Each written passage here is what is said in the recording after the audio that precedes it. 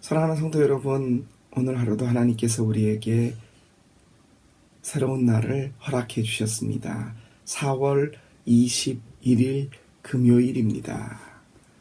오늘의 말씀 사무엘학 12장과 13장의 말씀인데, 어떻게 여러분 일주일 하시면서 다시 한번 말씀 안에서 하루를 시작하시니까 평안하시죠? 예, 주문이나 아유 이거 했으니까 액땜했다 그런 의도가 아닙니다. 하루를 하나님과 함께 시작할 수 있다는 것이 은혜입니다. 그냥 시작하는 거지 시간이 됐으니까. 어떤 해석이 더 여러분에게 신앙인으로서 적합하다고 여기십니까?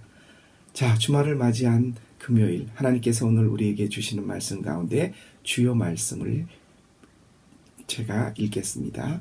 우선 어제 마지막 11장의 마지막 절과 오늘 보게 된 12장의 첫 절이 연결이 되기에 제가 읽습니다. 이 여인은 이렇게 하여 다윗의 아내가 되었고 그들 사이에서 아들이 태어났다. 그러나 주님께서 보시기에 다윗이 한 이번 일은 아주 악하였다. 12장 1절입니다. 주님께서 예언자 나단을 다윗에게 보내셨다. 나단은 다윗을 찾아와서 이런 얘기를 하였다. 어떤 얘기를 했을까요? 어제 마지막 저희가 한운의 이야기 그리고 무비보셋의 이야기를 하느라고 11장에 나온 아주 기가 막힌 사건, 다윗과 밧세바의 사건 얘기에 대해서는 언급을 안 했습니다. 그래서 오늘 11장의 마지막 27절을 제가 읽었고 12장을 읽었습니다. 다윗이 다윗성에서 부하들을 전쟁하러 내보내놓고 있다가 목욕하는 밧세바를 보고 그를 성폭행합니다. 그리고 이것을 무마시키기 위하여 밧세바의 임신을 하죠. 밧세바가 그의 남편이었던 자기의 부하 햇사람 우리아를 전쟁터에서 불러내어서 부인과 동침을 시키려다 그 계획이 실패하자 전장 맨 앞에 내보내서 의도적으로 죽게 합니다. 살인을 교사한 거죠. 성폭행 그리고 그 남편을 살인교사했습니다. 그리고 나단이 하나님의 선지자가 그것을 알고 다윗에게 이런 말을 합니다 라고 하고 오늘의 주요 말씀을 읽죠. 어떤 말입니까? 한 부자에게 양이 99마리 있는데 가난한 사람의 한 마리 양을 뺏었다. 그래서 다윗이 그 사람이 누구냐? 당장 나에게 데려오라. 나단 선지자가 이 99마리의 양을 가지고 한 마리의 가난한 사람의 양을 뺏은 사람이 당신입니다. 바로 이 우리아의 아내 밧세바의 사건을 두고 하는 말이었죠.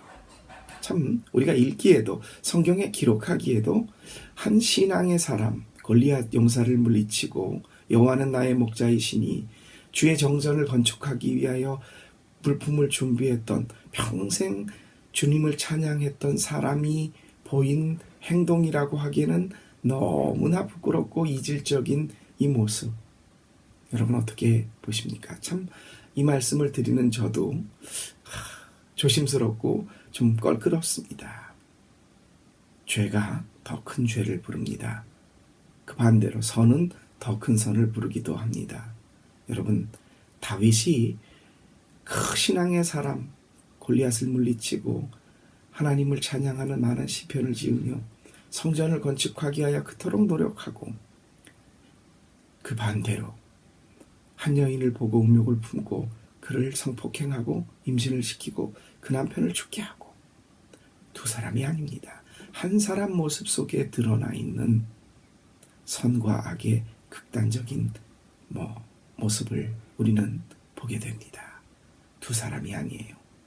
다윗을 뭐라고 탓할 수 없는 것이 우리 속에도, 우리 인간 누구에게도 선의 씨와 그리고 그 선으로부터 벗어나 하나님의 길을 떠나려고 하는 악의 모습이 공존하고 있습니다. 따로 있는 것이 아니라 두 사람이 아니라 하나입니다. 우리가 다윗에게 돌을 던지지 못하는 이유, 그렇지만 다윗을 흠모할 수 있는 이유는 그 악함에도 불구하고 하나님 앞에 회개하고 하나님의 모습에 따라갔던 그 모습을 우리는 기억하기 때문입니다.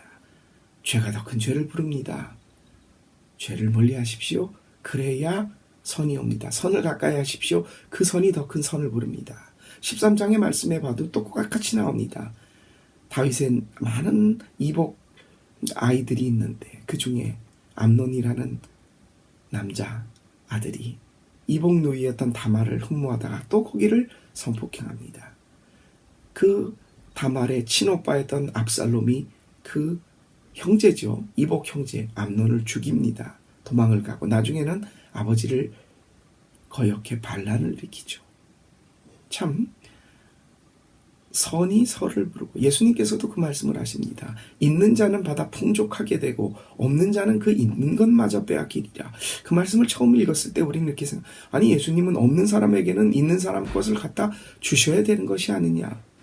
있는 자의 것을 가져다가 없는 사람에게 주고, 근데 예수님은 있는 자는 받아 풍족하게 되고 없는 자는 있는 것도 빼앗긴다. 그렇게 말씀하죠. 우리의 속담에 죽 써서 개 준다는 아주 좀 상스럽지만 재미있는 말이 있습니다. 이 악한 것이 악한 것을 꼭 장고 오랜 생각 끝에 악수를 두는 사람이 있습니다.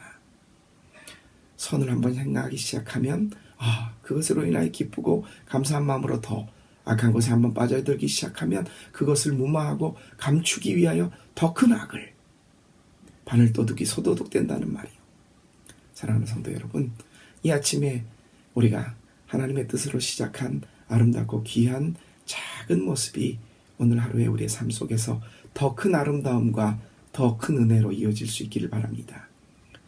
악한 생각이나 행여 잘못된 것을 조금이라도 내 마음속에 갖고 계십니까? 당장 끊어버리고 회개하고 악을 멀리하는 씨앗조차도 우리 속에서 잊지 못하게 하는, 쉽지 않죠. 인간인 거로.